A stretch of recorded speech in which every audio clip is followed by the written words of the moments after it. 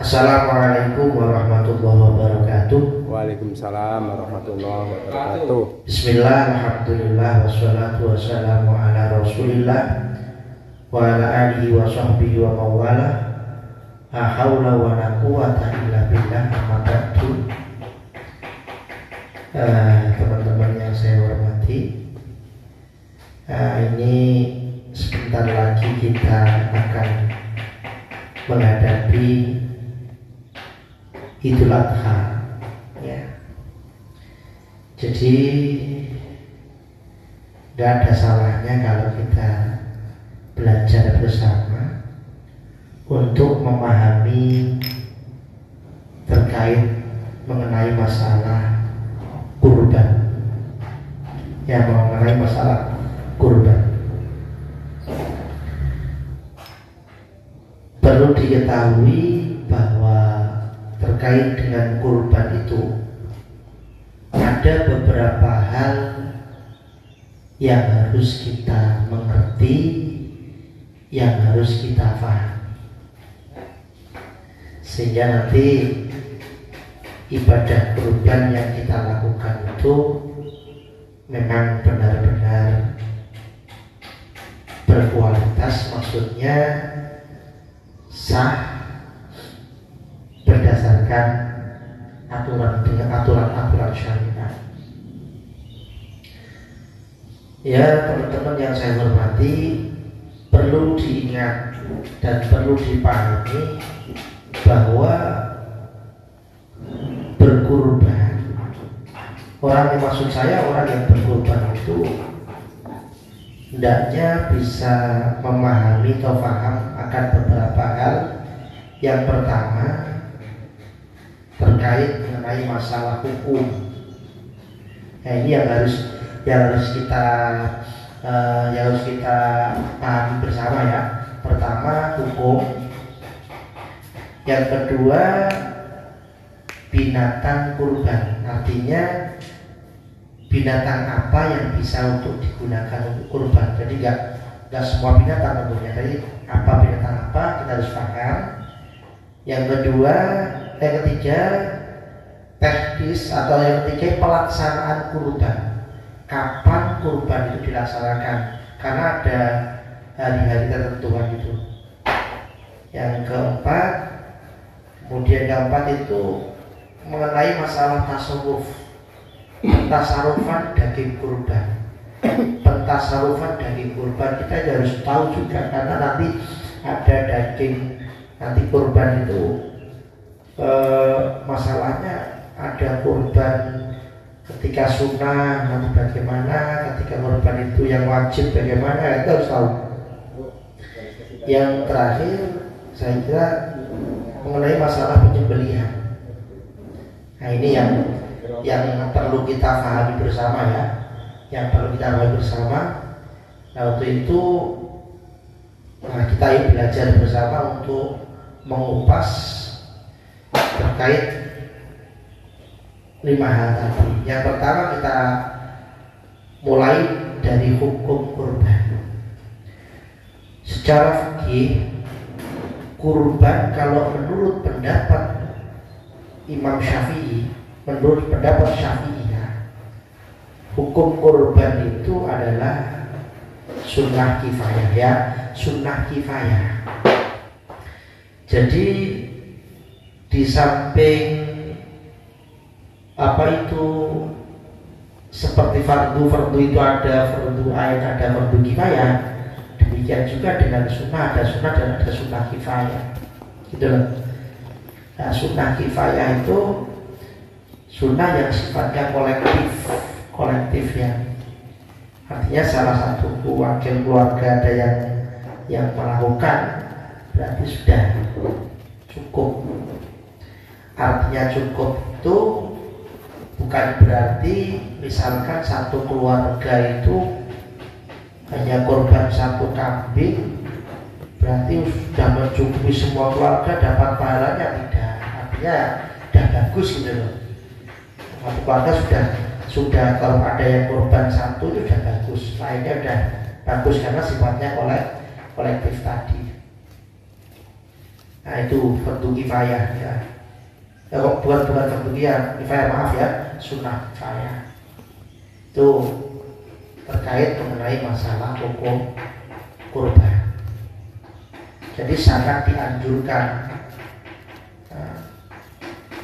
kalau orang-orang yang mampu, bahkan ada pendapat yang mengatakan bagi orang yang mampu ya, yang mampu, sekali lagi yang mampu itu ada pendapat yang mengatakan kurban itu hukumnya wajib. Tapi kalau Syafi'iyah mengatakan sekalipun toh mampu, tetap hukum kurban adalah sunnah kifayah. Itu artinya sekalipun mampu tidak ada kewajiban ya. Itu yang pertama terkait dengan masalah hukum. Kemudian yang kedua yang perlu kita pahami, yang kedua adalah binatang kurban atau binatang apa yang bisa untuk kita gunakan untuk kurban.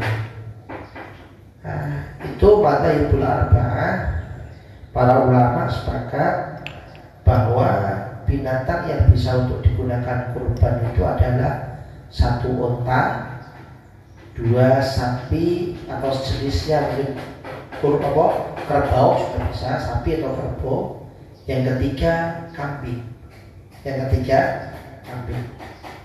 Dan itu pun tidak ada standarnya. Artinya unta pun juga ada standarnya, kambing demikian, juga demikian pula sapi.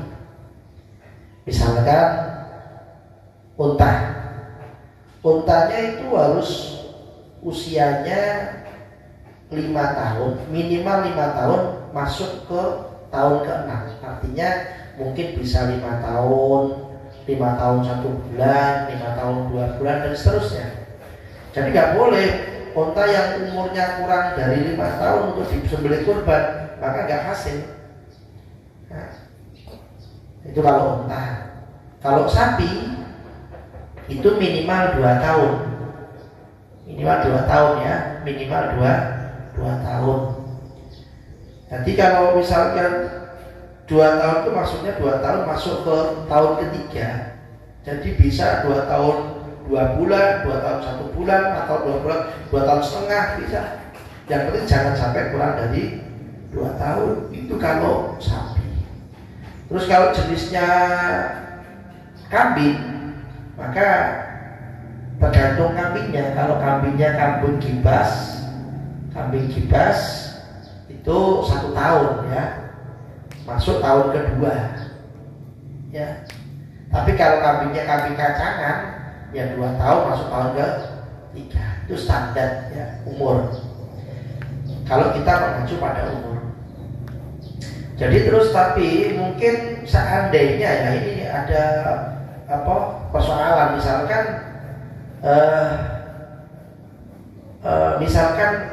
ada kambing atau sapi ataupun onta, anggaplah sapi kambing ya, misalkan dia belum sampai mencapai 1 tahun untuk kibas atau 2 tahun untuk kambing kacangan, namun sudah poel itu nek wong Jawa ngarani ukune kupak lagi, nggih ya. Itu nggak masalah selama kambing itu sudah melebihi usia 6 bulan atau mungkin di usia 10 bulan, 11 bulan, tapi udah poel walaupun belum ada 1 tahun, itu nggak masalah. Tapi ya harus hati-hati, makanya kita harus hati-hati. Kalau beli kambing ya harus hati-hati, karena mohon maaf kadang-kadang ada bakul itu yang agak nakal, misalkan ya, kambing belum poel, usia belum ada 1 tahun, pengen laku, akhirnya kunturnya ditahan. Ya, makanya kita tanyakan, kita pastikan apakah memang benar-benar ini kambing ini udah poel atau udah sampai 1 tahun atau belum gitu. Nah, itu. Terus kemudian sekarang kita tahu ya bahwa kambing coro harga ya lumayan lah, coro uang bagi orang yang nggak mampu kan juga lumayan. Terus apakah ada Pak sekarang bagi orang-orang yang fakir miskin, mungkin kepingin ikut-ikut kurban, tapi karena ketidakmampuan untuk beli binatang maksudnya nggak mampu untuk beli kambing, sapi atau onta. Ini saya kasih solusi ya. Jadi untuk tabar, untuk bisa bisa ikut andil melakukan kurban pada hari nahar itu, pas kurban, nah, itu ya bagi orang fakir miskin itu ikut aja yang seperti yang dibajuri itu, ya pendapat Ibrahim Al-Bajuri yang dinukil oleh Bughyatul Muqtasidin ya, dalam kitab Bughya itu ada, seingat saya dalam Bughya itu menurut pendapat Ibnu Abbas ya, bahwa untuk fakir miskin itu boleh seandainya tidak mampu beli kambing, boleh berkorban dengan menggunakan ayam atau mentok. Tahu mentok? Ngerti mentok ya? Mentok itik tahu yang ini. Mentok itik tahu mentok ya? Nah itu sebaiknya kita manfaatkan. Artinya ketika memang kita tidak mampu, misalkan nggak mampu untuk beli kambing pada saat itu, nggak mampu, nggak ada uang misalkan, ya biar tidak kehilangan momentum korban itu, kita bisa lah ikut pendapatnya Ibnu Abbas dengan melakukan korban menyembelih ayam ataupun entong boleh ya.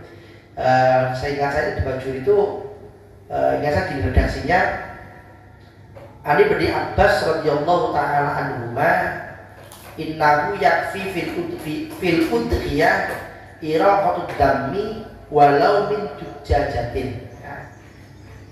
Ila angkol, seingat saya gitu. Walhasil intinya boleh. Pendapat sekali lagi ini pendapat Ibnu Abbas, tapi artinya ini konsepnya untuk orang-orang yang tidak mampu. Wah, khawatir masalahnya nek wong sing krungu pitik oleh, wah repot siswa nek padha buwo pitik kan. Tapi saya pesen ya. Tapi seandainya dengan korban pakai pitik, ayam, tak pesen itu nanti, ojo digorojil. Ya geger Roma, ya ojo digorojil. Soalnya ya cukup disembelih di rumah lah. Ya, tuh itu masalah terkait mengenai masalah binatang kurbannya. Jadi kita pahami begitu ya.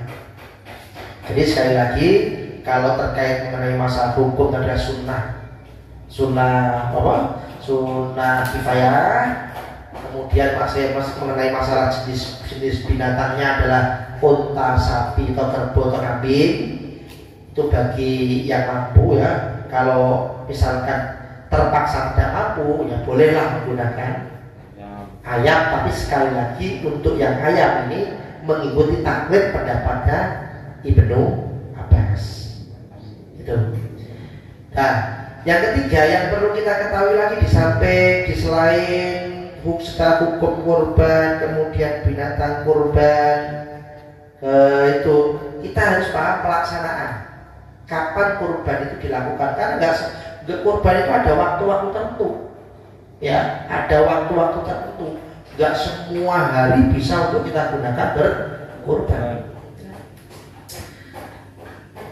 Adapun waktu kurban, ya, kurban itu dimulai pada tanggal 10 Dzulhijjah atau wong Jawa nek ngarani riyo kurban. Terus 10 Dzulhijjah, 11, 12, 13. Nah untuk 11, 12, 13 itu namanya ayyamut tasyrik.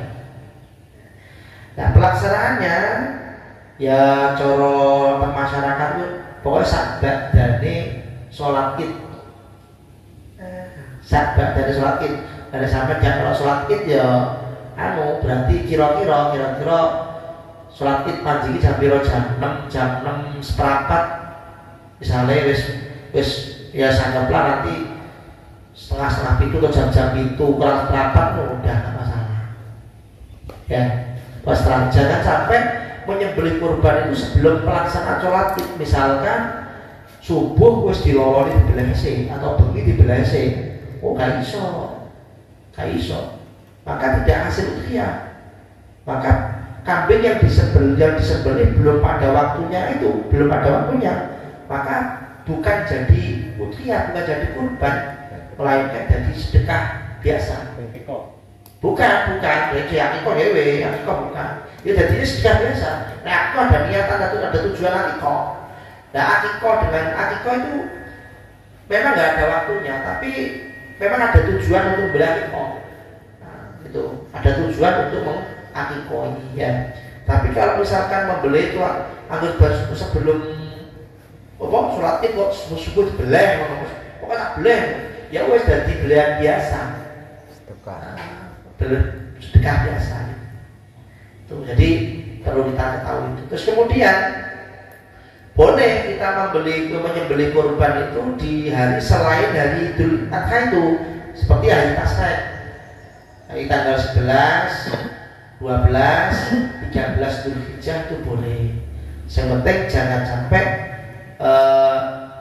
ba'dal ghurub ya, tanggal terakhirnya itu tanggal 13 sebelum ghurub. Yes, untuk kita menghati-hati ya. Pokoknya yang penting tanggal 13 atau Tasyrik terakhir itu pokoknya berasar wis ojo beleneng harus untuk menghati-hati. Tapi sebenarnya selama qoblal ghurub gak apa-apa. Nah, itu pelaksanaan dan pelaksanaan kurban.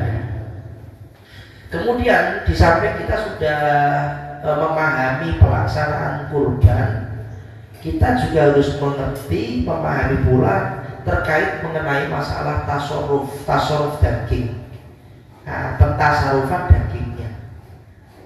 Ini kita harus tahu. Nah, sekali lagi pentasarufan dagingnya itu gini lah. Kalau kita lihat dulu kurbannya ini masuk kategori kurban yang tatawu, kurban sunnah atau kurban wajib. Memang tadi saya sampaikan di awal bahwa secara hukum itu kurban itu adalah sunnah kifayah. Tapi ini bisa menjadi wajib, Pak. Kurban itu bisa menjadi wajib. Ada dua penyebab yang menjadikan kurban itu dari sunnah kifayah berubah menjadi wajib. Yang pertama karena nadar. Karena apa? Nah, misalkan contoh, saya kasih contoh ini. Ki menesuk nek anakku ki loro nek menesuk mari, wis aku pengen kurban wedhus misalkan. Atau kurban sapi lah. Maka ini kurbannya harus dilakukan alias wajib. Dan kemudian kurbannya misalkan apa itu tidak dilakukan ya dosa, berarti dosa. Atau mungkin seperti ini mungkin ya. Sesuk nek anakku lulus ujian wedhusku iki tak gawe kurban. Aku nadar tak gawe kurban. Maka anak jenengan lulus berarti wedhus yang mbok tunjuk iki mau, yaitu wedhus yang harus menggunakan kurban. Dan kambing ini enggak boleh diganti. Gak oleh dijual. Wajib. Ini namanya nadar. Misalnya meninggal, wajib. Wedhusnya meninggal. Ya ganti. Wajib. Kudu. Gak boleh diganti. Terus kemudian ada lagi penyebabnya itu bukan nadar, tapi cara takyin. Takyin itu seperti ini contohnya ya.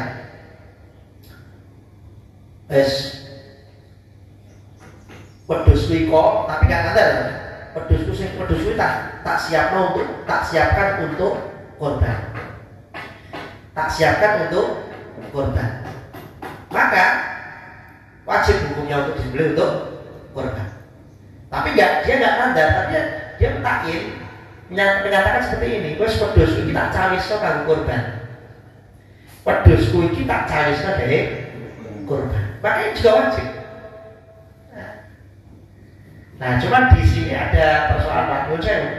Kadang-kadang orang persoalan gini, misalnya ini, Pak, nanti Pak tuku wedhus, bagi apa? Tak kayak korban. Apakah itu juga masuk takin? Nah ini kan. Utawa ya apa yang wedhus apa? Wedhusku. Dan apa? Bagi korban. Apakah itu masuk takin? Tidak.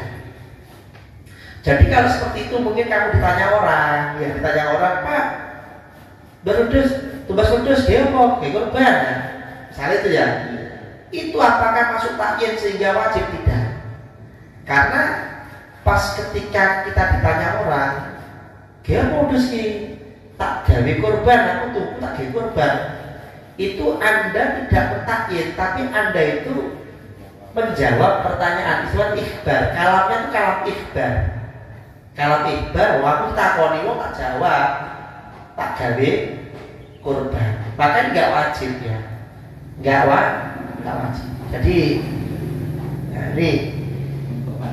Nah, takyin itu memang harus kopi tak cawis korban ini, tak cawis wis. Nah, itu jadi takyin. Beda ya.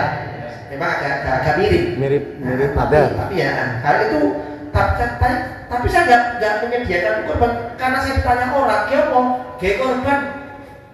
Ini bukan takyin lagi, sehingga bukan masuk korban yang hukumnya wajib. Jadi najib itu penyebabnya dua, nadar dengan takyin. Sekarang kembali ke tasarruf. Masalah tasarruf itu tasarruf daging. Nah, daging kurban itu kalau kurbannya tatawu ya, tatawu itu kurbannya sunnah, maka mudhohi itu yang berkorban itu boleh untuk menikmati dagingnya. Mek jatah oleh. Tapi usah wajare lah, Pak. Sok kurban separuh sampil kanan kiri milik saya. Banget tuh. Oh, coba lah. Nah, boleh ya, boleh. Malah ada anjuran, Pak. Ada anjuran untuk si mudhohi itu mengambil minta dagingnya dalam rangka tabaruk, ngalap berkah kurban. Itu kalau korbannya tatawu, korban sunnah. Tapi sebaliknya kalau korbannya itu wajib, misalkan korban itu karena nadar atau karena takyin tadi, maka mudhohinya bukan sekedar mudhohi. Orang yang wajib dinafkahi mudhohi, misalnya anaknya, istrinya juga nggak boleh ngambil dagingnya walaupun cuma seiris. Ya ini perlu diantisipasi. Gak oleh korban nadar, juga gak oleh. Anaknya juga suku kono. Anak suku kono. Yo, bojone ya aja di lewat juga kono. Soalnya gak boleh kalau korbannya wajib karena nadar atau takyin tadi. Ini ya. Terus kemudian bagi penerima daging ya, ini beda juga, Pak. Daging itu setelah diserahkan ke masyarakat, kalau yang menerima daging kurban itu statusnya fakir miskin, maka status daging yang diterima itu adalah hakut tamlek. Hakut tamlek itu hak kepemilikan. Sehingga setelah diterima, sekali lagi ini perlu dicermati ya, setelah diterima wis jadi milik pribadi karena pemiliknya itu fakir miskin, maka boleh daging ini untuk dijual, dinikmati, dimakan boleh, dijual boleh, tapi sekali lagi sudah diterima tangan, sudah menjadi milik pribadi.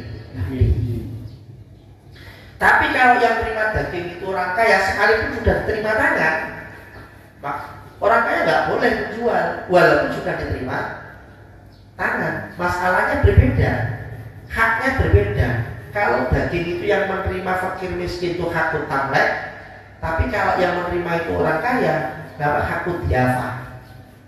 Dia punya hak untuk disaksi aja, Pak, dimakan atau disodakokan kembali boleh, tapi jangan sampai dijual. Nah ini Pak. Terus kemudian yang perlu kita antisipasi, yang perlu kita perhatikan di masyarakat, Pak, mengenai masalah kulit. Ya, sering fenomena ini ya di mana-mana ya. fenomena, banyak kejadian bahwa kulit kurban itu dijual oleh panitia. Panitia menjual. Ini nggak boleh loh Pak. Ini hati-hati. Menjual kulit kurban itu nggak boleh. Bahkan ada hadis kalau nggak salah di riwayat Imam Baihaqi ya kata saya. Man ba'a jilda udhiyatihi fala udhiyatalah. Insya Allah begitu. Saya ingat saya. Kalau hadis tahu apa. Jadi barang siapa yang menjual kulit kurbannya, maka falatiyatalah, maka tidak ada kurban baginya. Walhasil kurban gak sah.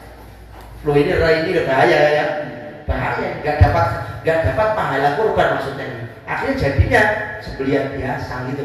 Enak kan? Jangan sampai kulit kurban itu dijual. Ya, tapi sebenarnya ini kalau untuk sekedar biar gak ribet-ribet ya, panitia itu gak ribet-ribet, enaknya jadi kulit kurban itu wis diiris kabeh semua berdua, duh kabeh. Ini luwih aman. Itu luwih aman. Jangan sampai kulit kurban itu dijual, hasil penjualan digunakan untuk biaya operasional penyembelihan kurban. Mungkin dibuat kata sakit, diupayi sembelih, tak oleh. Atau lagi, biasanya di kalangan masyarakat itu nuwun sewu. Biasanya langsung dikene wes iku sing beleh tak opahi, misalnya tak opahi ndas. Diopahi dari binatang sembelihan kurban itu tidak boleh. Kalau kepala itu statusnya ujroh, opah beleh, sapa tidak oleh Pak, tidak boleh itu. Tapi, nak pengen dikait bukan satu pagi hae, gue saja kayak biasa. Alasannya ada dia coba, dia boleh, tapi jangan opah sudah kok boleh, catai ya. Tapi ojo status opah. Nah, nak pengen opai, opah dewe, duit, ojo duit kecil, nggak boleh. Apa? Itu. Nah itu yang perlu diantisipasi. Terus misalkan Pak Nuwun Sewu, misalkan negara itu ada nggak solusi untuk bisa menjual kulit kurban? Sebenarnya banyak solusi Pak, tapi sekali lagi bukan panitia yang menjual, karena statusnya panitia itu adalah wakil. Jadi misalkan saya kurban, karena saya itu nggak bisa menyembelih atau mungkin repot, akhirnya tak titipnya dengan panitia kurban. Maka panitia kurban itu statusnya wakil saya. Maka dia juga nggak boleh untuk menjual kulit, karena saya sing kurban mau nggak boleh jual kulit. Wakil saya juga nggak boleh juga. Nah, kalau dijual berarti mungkin caranya ya seperti ini Pak. Caranya kulit ini nowo, kasihkan orang tertentu, misalnya ini masuk bagian sampean, ini bagiannya ini, atau wes ikut sampean tak kei kulitnya misalnya. Maka kulit setelah terima, dan yang terima itu misalnya orang fakir miskin boleh untuk dijual atas nama pribadi, kan ya, atas nama pribadi boleh, dan uangnya itu serah. Nah, saya ngomong kulitnya uangnya tak kena sisi, monggo nek. Cuma biasanya nek itu dilakukan seperti itu, yang terjadi apa geger Pak. Aku yang gelem dong, gitu ya. Aku yang gelem dong, soalnya mungkin gak kira-kira sapi limo, terus ulangnya kayak nolong siji, terus bedi dol, bedi duit, kira-kira liarnya Mary gak? Mary. Nah, Mary, jadi gimana ya Mas? Ya kita carilah masalahnya bagaimana. Yang inti poinnya jangan sampai mudhofi atau wakil dari mudhofi itu menjual kulit kurban. Itu bisa berakibat hilangnya keutamaan kurban. Tidak dianggap kurban maksudnya. Sedekah. Dia sembilan biasa. Nah ini kasihan Pak, kasihan. Makanya yang jadi panitia itu memang harus Pak, harus bener-bener mohon maaf ya, harus bener tahu. Dan susah naik dewe. Ditegur, misalkan tahu seperti itu ya diluruskan. Mesakno sing kurban Pak. Duit-duit orang pati enek-enek dikumpul-kumpulno, diku kurban dan terima dikono lah. Ya panen. Ya tak? Paham ya? Amin. Terus kemudian yang saya tegaskan lagi, perlu diingat itu masalah nyembelih. Nyembelih itu sebenarnya kalau sepenting orang Islam, terus kemudian ini harus mencantumkan kurbannya siapa itu perlu. Misalkan ya, cara dilafadzin Bismillah, Allahu Akbar, Allahumma hadihi minka, Allahumma hadil udhiyah minka wa ilaika min fulanin, min sapa? Min Mas Ubaidi. Cara Arab min Mas Ubaidi, min Ubaidi atau min Abdurrahman, fataqabbal ya karim. Min Mas Imam, fataqabbal ya karim. Ya Allah, ini udhiyah dari engkau, akan kembali ke engkau, semoga engkau terima dari korbannya Mas Imam. Jadi si penyembelih harus menyebutkan dua. Nah, tapi yang penting kos budi hati deh, wes. Utawa Jawa nanya wes, iki korbannya Mas Imam, boleh nggak apa-apa. Korbannya Mas Bedi nggak apa-apa. Korbannya Zahid nggak apa-apa. Nggak harus pakai bahasa Arab ya? Nggak harus pakai bahasa Arab. Ya harus pakai bahasa Arab. Yang penting diniati tekan ini, iki korbannya Mas Bedi, korbannya si A, si B, si C dan seterusnya. Itu nggak boleh. Boleh. Nah ini makanya sih, makanya sebaiknya ya yang korban sebaiknya itu ikut di sampingnya, ikut melihat, menyaksikan. Nah, korban dari sembelih itu melok. Terus kemudian Pak, ini yang sering terjadi lagi di masyarakat. Mohon maaf ini, sering lagi terjadi di masyarakat itu mengenai masalah penyembelihan ya. Biasanya karena kepanitiaan itu dibentuk di masjid, akhirnya kurban itu dibeli di halaman masjid, ya tak? Di halaman masjid dan menggunakan fasilitas masjid. Nah, kurban sebenarnya nggak ada sangkut pautnya dengan masjid, nggak ada. Makanya sebenarnya nggak boleh, sebenarnya secara hukum nggak diperbolehkan menyembelih kurban di halaman, di area tanah, area wakaf masjid. Nggak boleh, walaupun halaman itu nggak boleh.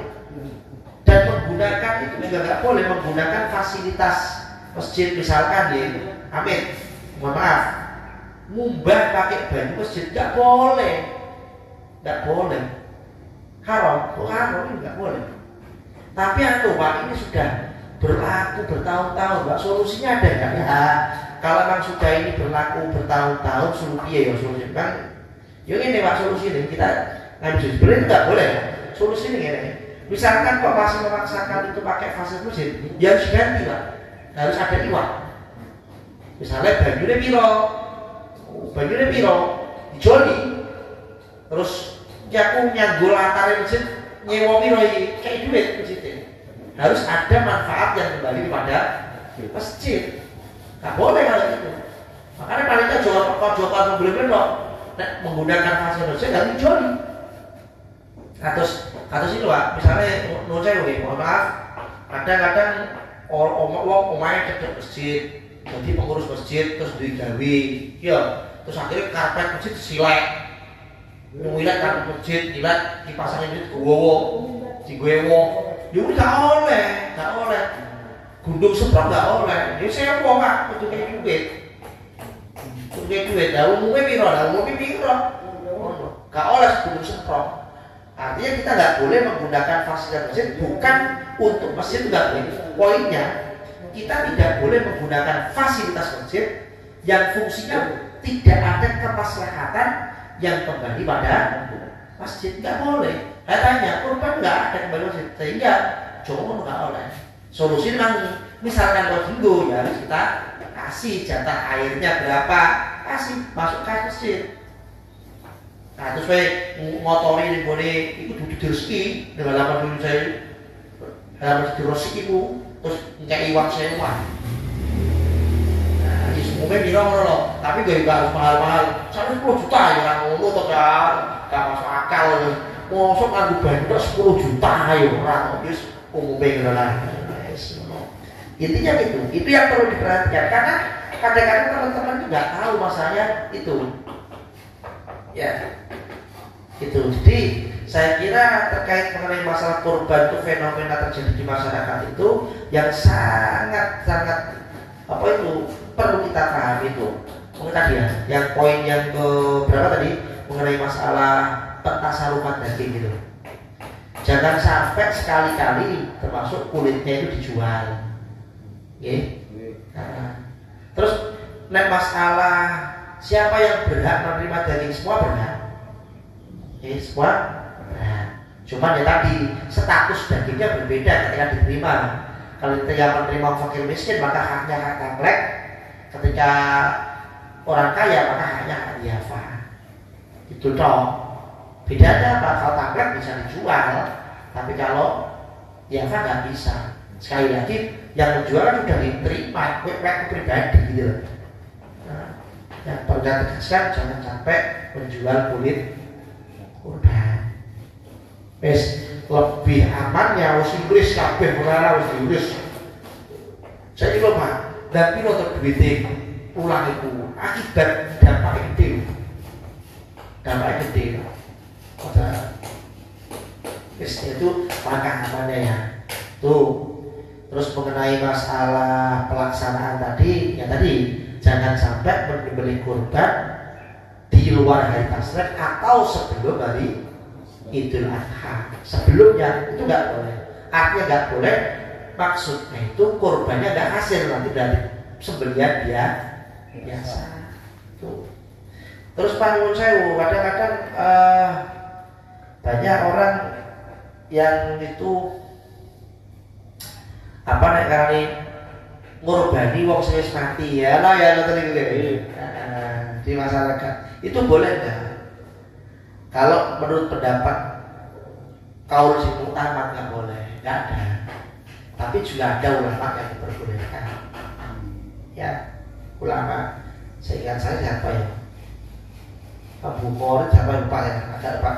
Itu pernah berkorban 100 unta untuk Rasulullah. Karena dia nggak pernah ketemu Rasulullah. Ya ikut aja nggak apa. Kecuali kalau memang orang tuanya itu wasiat. Nah, boleh, boleh. Nah, terus usahakan binatangnya tadi usianya diperhatikan, kemudian kesehatan binatang yang juga diperhatikan. Kalau saya sekarang mengarah penyakit PMK itu nggak boleh, menjijikan nggak boleh ya. Kalau sekedar apa ini kambingnya luka Pak, tapi lukanya nggak permanen. Misalnya kenapa? Karena namanya kambing Pak ditalani tampar akhirnya seringgit ini berecak ini nggak apa-apa kata itu. Nggak apa-apa. Tapi nek lukanya luka permanen kayak sikil pencoklat sikile, terus sungguhnya coklat, sepengaruh daging nggak boleh. Kadang apa? Sapine jatuh terus kakinya patah. Ya kalau patah ya sampai tugel ya nggak boleh ya. Pokoknya permanen nggak boleh ya. Aneh. Pokoknya nek luka binatang terus sungguhnya coklat terus udah kok bisa nyekikri ya nggak boleh. Karena dan ini hubungannya karo aku lah. Hubungannya karo apa niku dagingnya sih akeh lho, ora umpir. Ini iso yo sing lanang go pedhi lemu ngono nek iso. Tapi bukan berarti harus lanang. Misalnya perempuan wedok ya mulai. Ya sana. Jadi itu yang saya kira yang dapat saya sampaikan ya. Jadi ada beberapa poin dalam kurban yang perlu kita pahami. Pertama mengenai masalah hukum, kedua masalah jenis hayawannya, ya saat umurnya apa yang mau, kemudian pelaksanaan kurbannya kapan, kemudian cara tasarufnya, kemudian penyembelihannya. Yaitu itu diperhatikan betul agar apa? Agar benar-benar kurban yang kita lakukan itu benar-benar maksimal ya. Nah, sementara problem-problem yang di masyarakat itu semisal penjualan kulit kurban itu ya cari solusi lah ya. Terus Nek iso piye yo goleki, nek iso yo pengen gitu loh. Ojo oleh. Misalnya kok dipaksakan duit adol, yo aja panitia sing adol. Cara piye kayak wong no. Kayak wong. Intinya berjuang nggak boleh menurut bagian. Terus kalau terjadi penyembelihan di halaman masjid seperti itu, awas jangan sampai kotori masjid, nggak boleh ya. Kotori nggak boleh. Kalau misalnya seperti itu, solusinya gimana? Ya udah kita kasih uang sewa. Karena biar tempat biar skene, ya biar boleh dikini uang ya wes lah, gimana? Tapi ya kita kasih uang sewa supaya apa? Supaya ada pemanfaatan yang kembali pada masjid. Ya itu kurang lebih ya semoga ini bermanfaat ya. Semoga manfaat. Kurang lebihnya saya mohon maaf. Assalamualaikum warahmatullahi wabarakatuh. Waalaikumsalam warahmatullahi wabarakatuh.